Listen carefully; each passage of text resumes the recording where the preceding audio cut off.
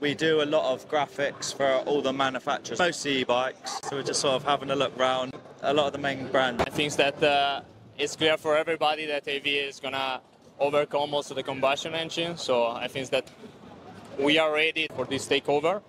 So what else I can say? It's clear for everybody that EV vehicles are coming more and more in China, but also outside of China. From my point of view, are going to overcome the combustion engine, also for the pollution, for environment, and so on.